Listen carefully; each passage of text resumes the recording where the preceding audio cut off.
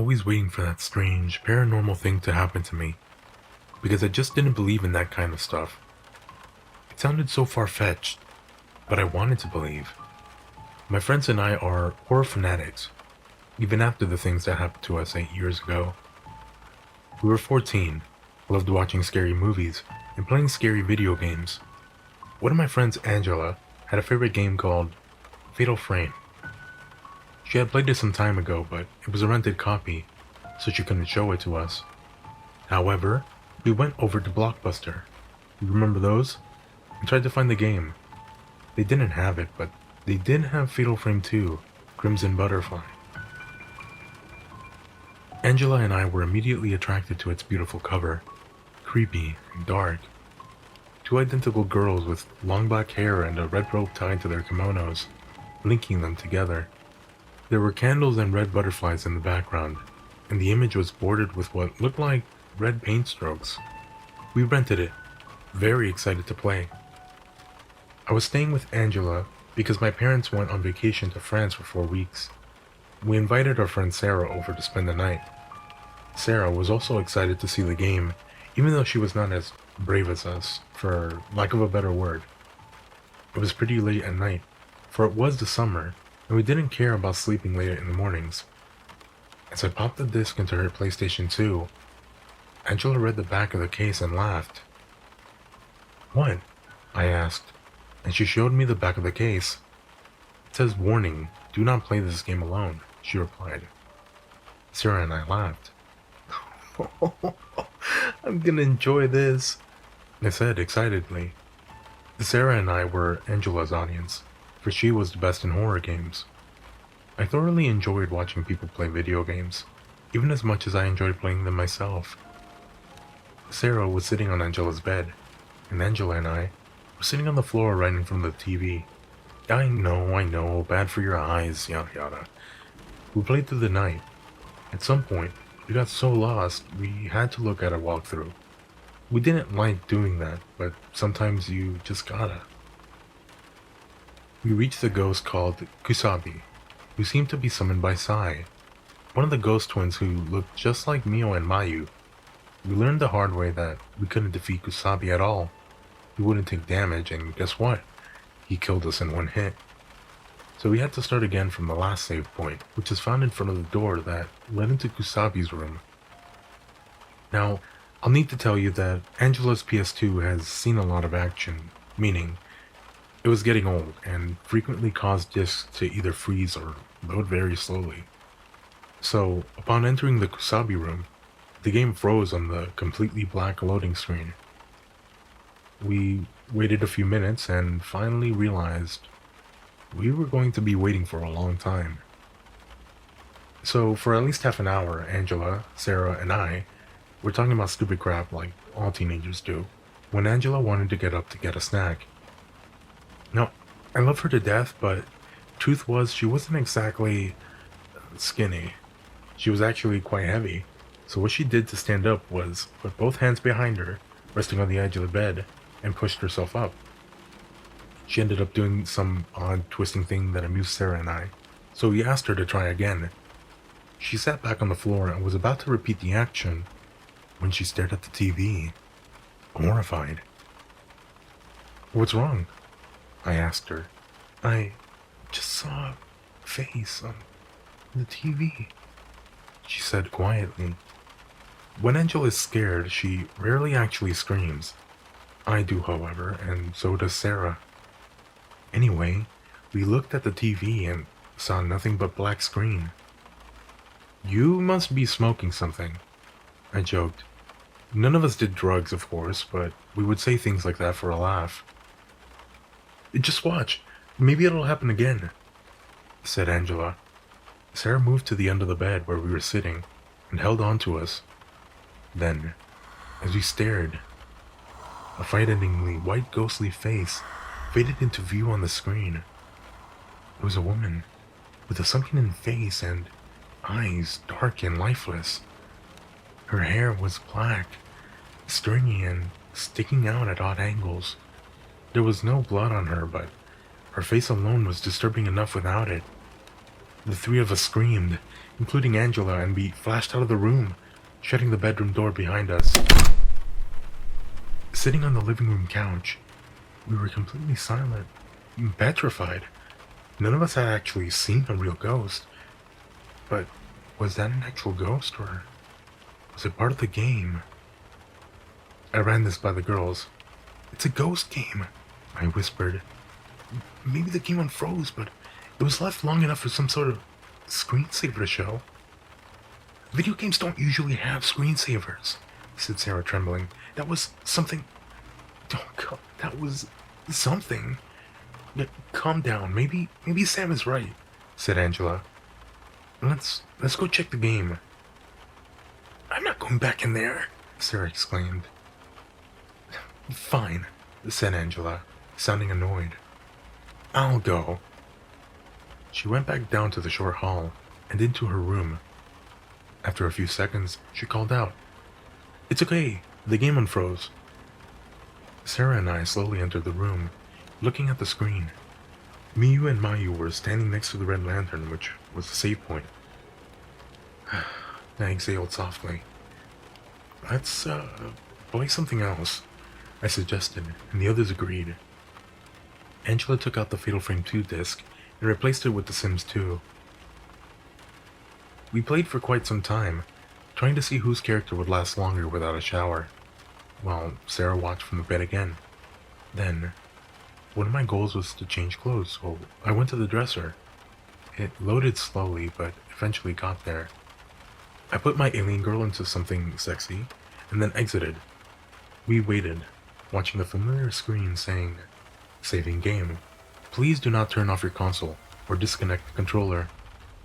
This honestly took forever. Angela started complaining about her piece of shit PlayStation, when the screen suddenly started to flicker. "Oh, don't tell me the TV's going out too," she exclaimed. The screen turned completely black, and the Sims 2 background music began skipping like an extremely scratched CD. Then, to our horror, that same ghostly face appeared right before our eyes. I couldn't breathe. "No," Sarah said weakly. "No, no, no, no, no, no."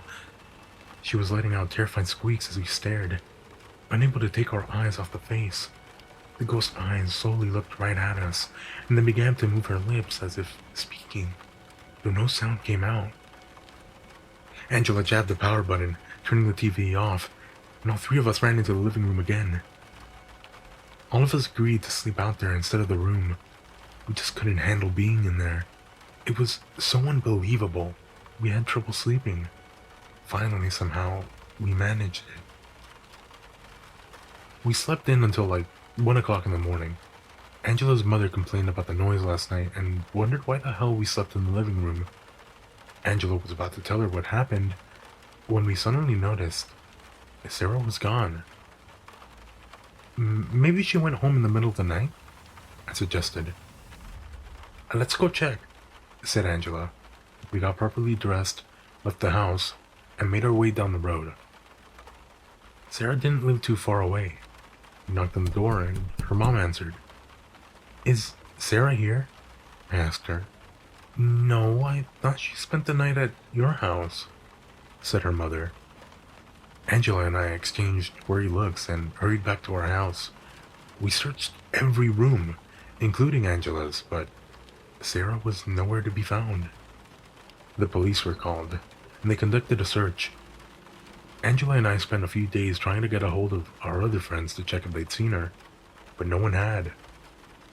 Her mother was a wreck. The police assured her they'd find Sarah. "Should we tell them what happened?" I asked. "Sam, do you really think they'd believe we saw a ghost?" she said angrily. "I don't know what we should do, okay? What the hell happened? Why did that ghost show up?" "Maybe it was the game," I said softly. "A haunted horror game? How often do you hear about those? Usually it's completely innocent games like Majora's Mask or Sonic the Hedgehog. I can't think of anything else it could be." "Let's go see if the other copies at Blockbuster have the same warning on the back cover," said Angela. We took the game with us so that we could return it. After dropping it into the return slot, we went over to check the other copies. Each one said, "Warning, do not play this game alone." "Well, that's not it," I said. "Did we just get a haunted copy or something?" "I don't know," said Angela. "But it appeared when playing the sim, so I must have transferred onto my PS2. Ah, and that bitch!" "What do we do?" I asked, timidly. "We could go around the internet and see if anyone has seen her too," Angela replied. Returning to her house, we immediately hopped onto the computer and feverishly searched Fatal Frame forums for any hint of a haunted copy. We found absolutely nothing. We decided to create an account on one of the forums and posted a new thread. My friend and I recently rented Fatal Frame 2 for PS2, and something really strange happened. My crappy PS2 froze, and after a while, we saw a ghost woman on the screen. We thought it was part of the game, but then we were playing The Sims 2 and she showed up again. Now our other friend is missing, and we don't know what to do. Anyone else experience this? "How's that?" said Angela after she finished writing the post. Sounds good, but..." I fixed all the spelling and punctuation errors in the post, and submitted it.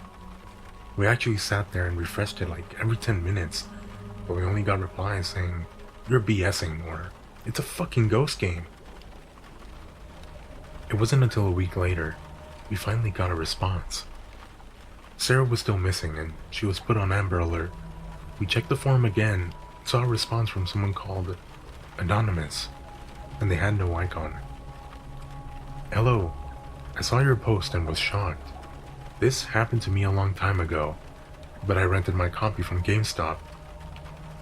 After seeing the ghost woman on my screen, I tried playing my other games, but no matter which game I put in, she would always appear. I took the game back, thinking that would help, but it didn't. Then I looked at my memory card and saw that every single save icon for every single game was just a black box. And then she appeared again, without even being in a game. I deleted the Fatal Frame 2 data, but that didn't keep her away. I got a new memory card, transferred all my data onto it, but again, it didn't help. It seemed like the ghost had actually infected the game's data completely. So then I tried erasing all game data on both cards, which is really sad because I had a lot of Final Fantasy on there, and those games are long. I tried playing another game, but she still appeared. I was so scared and so frustrated. I took both memory cards and smashed them with a hammer. They screamed at me. I was so shocked, but then tried my game once again. I played for a few hours without any appearance of the ghost. I know it's hard for any gamer to lose their saved data, but there's no way. You have to destroy your memory card. That ghost is like a virus or something, spreading itself through the disk. God knows how many people have gotten it. I don't know why she's in that disk, and I don't care. Just as long as I never see her again. I'm never renting another game. I'll just buy it if I want to play it so bad. Sincerely, a friend. Angela and I stared at the response. She had also received many rude comments. Then we went into her room, turned on the PS2, and checked her memory card. Just as Anonymous had said, every icon for saved data was a jet black 3-dimensional cube, spinning slowly in their place. Just then, the ghost woman faded onto the screen, causing it to flicker with static. "What do you want?" I asked the face, scared to the point that I started crying. The ghost moved her lips again, but we heard nothing. We even tried turning up the volume, but that didn't make a difference. "Why are you here?" asked Angela, much more brave than I was.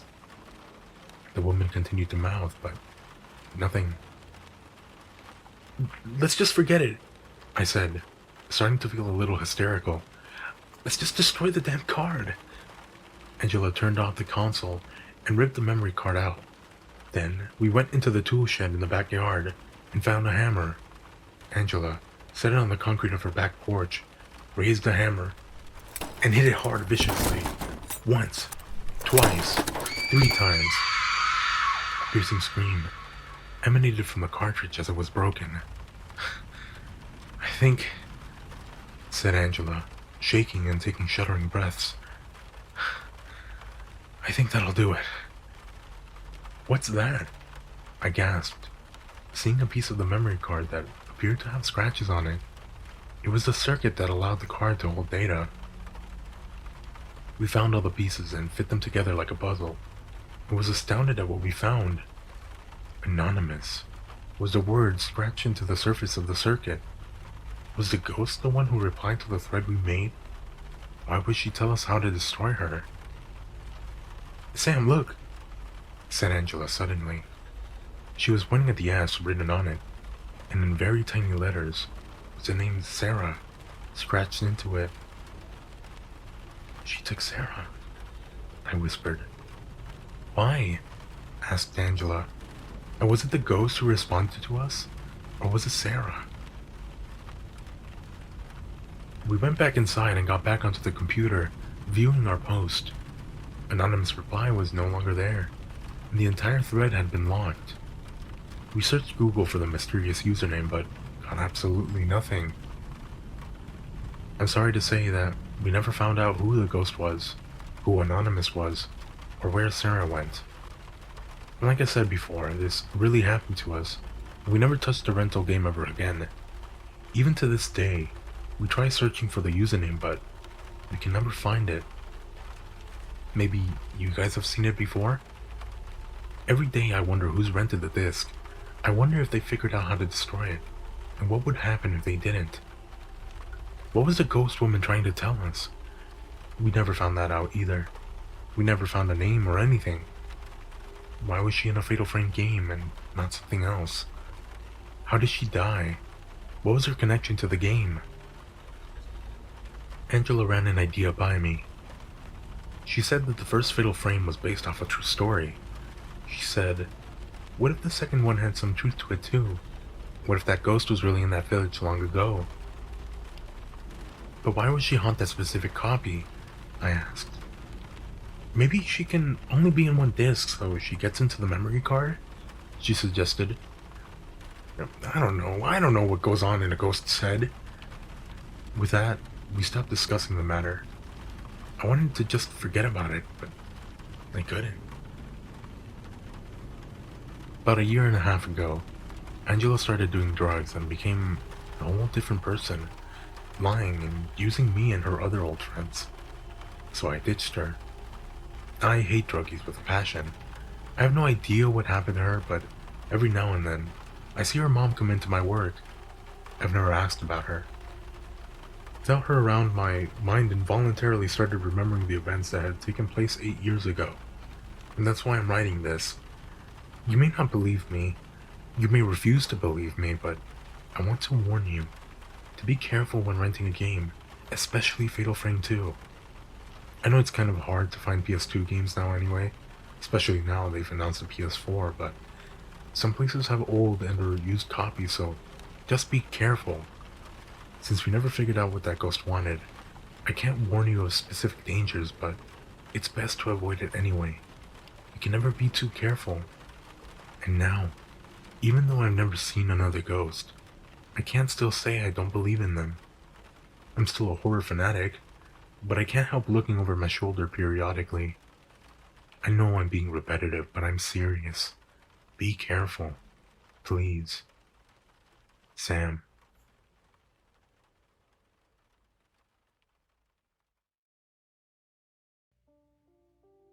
Hey guys, spookieDex here.